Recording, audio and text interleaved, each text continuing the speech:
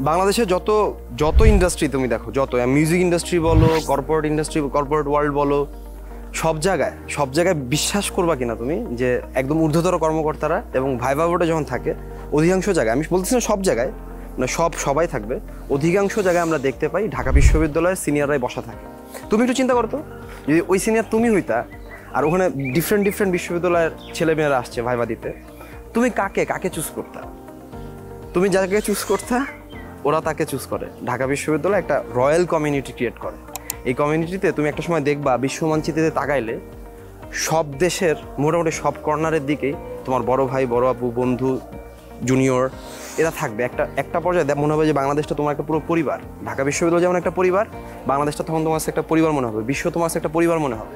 তুমি যে কোনো জায়গায় দেখবা যে তখন তুমি একটা প্রায়োরিটি পাচ্ছ। এই প্রায়োরিটিটা ঢাকা বিশ্ববিদ্যালয়ে পড়লে পাওয়া যায়। অন্য বিশ্ববিদ্যালয়ে পড়লে যে পাওয়া যায় না তা বলবো না, তুমি পাবলিক বিশ্ববিদ্যালয়ে পড়লেও পাবা। সো দ্যাটস ওয়াই হচ্ছে আমি ঢাকা বিশ্ববিদ্যালয়কে যেহেতু প্রমোট করছি, আমি ঢাকা বিশ্ববিদ্যালয়ের কথা উল্লেখ করছি। অন্য কেউ প্লিজ গালি দিও না।